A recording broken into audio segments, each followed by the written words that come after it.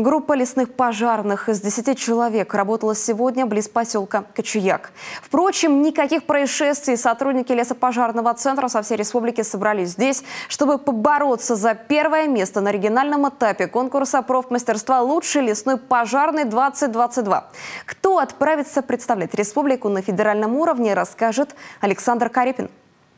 Быстро, уверенно преодолевают препятствия. Оба! Ничего страшного. 20 килограммов за плечами. Пробежать с таким весом, к тому же через пересеченную местность, не каждому под силу. Главное, ни в коем случае не останавливаться и продолжать путь. Задача – как можно быстрее добраться до возгорания и предотвратить дальнейшее распространение огня. Конкурс «Лучший лесной пожарный» отлично отражает специфику непростой работы огнеборцев. Участникам необходимо продемонстрировать хорошую физическую подготовку и умение правильно использовать различные виды лесного противопожарного инвентаря. У кого-то случаются неполадки с оборудованием, кто-то от волнения совершает ошибки. Но абсолютно все выкладываются на 100%. Само по себе нахождение в лесу – это опасно, тяжело, да? Тушение лесного пожара – это еще опаснее. Прыжок с парашюта или спуск с вертолета – это еще опаснее. И вот эти три вида опасности, они не периодически, а постоянно давлеют над психикой лесного пожарного. Поэтому лесной пожарный, конечно, должен быть психологически очень устойчив и вынослив.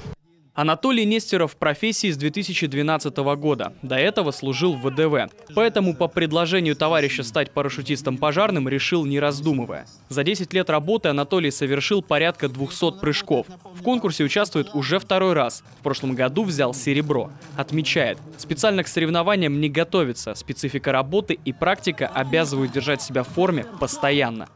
В основном все на практике. Пожары, прыжки, там тоже нужна выносливость. Вот, и тренировка, и физо сдаем перед началом сезона.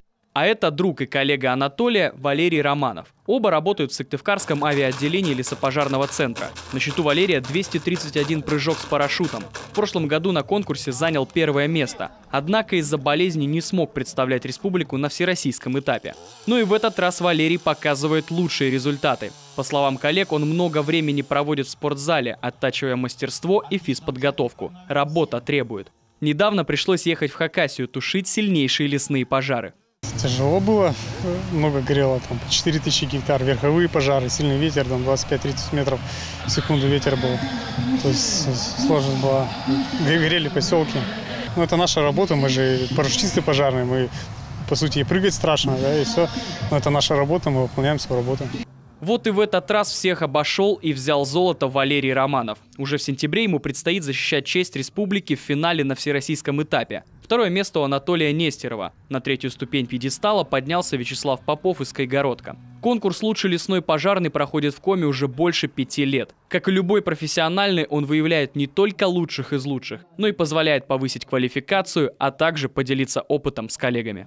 Александр Карепин, Дмитрий Булаев, телеканал Юрган.